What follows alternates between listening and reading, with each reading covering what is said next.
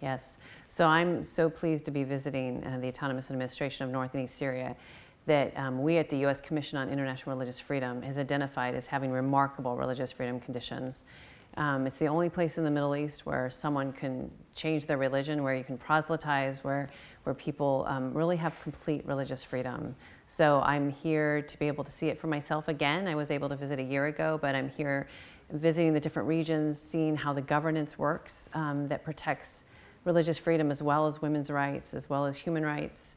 So it's really a remarkable project that they have built here, and that it's really a privilege to be able to be here today and this several weeks to be able to see for myself the conditions and really how the Autonomous Administration was able to do this. The U.S. Commission on International Religious Freedom has a mandate to do a report each year on countries that have religious freedom violations that either meet the country particular concern or special watch list for the State Department.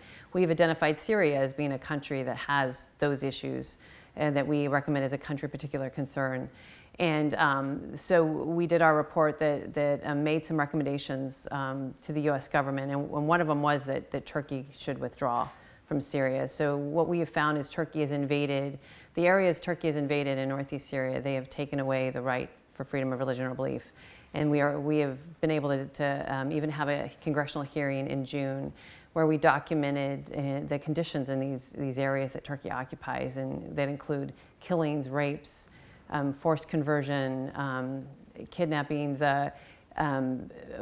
conversion of religious sites, destruction of religious sites, destruction of cemeteries, demographic change, and we see them bringing in refugees from other parts of Syria and settling them there, that Genocide Watch has called crimes against humanity. So the Commission has been very concerned about the conditions at this point. In a friend, we know that women are being kidnapped on a very regular basis. Yazidi shrines have been destroyed. There are so many reasons the international community should be speaking up about the horrible atrocities happening against religious minorities in the areas that Turkey is occupying in Syria. Turkey is a NATO ally to the U.S., and Turkey is a member of NATO, and it's made it very complicated for other NATO members to know how to deal with Turkey. You know, part of the work that I have been doing to document the conditions here in the Autonomous Administration, as well as the conditions in the area Turkey is occupied, is to make it so the international community can no longer just look away and ignore what's happening. These atrocities against religious minorities, every country in the world should be speaking out about them, and should be talking about what they can do to pressure Turkey to withdraw from Syria.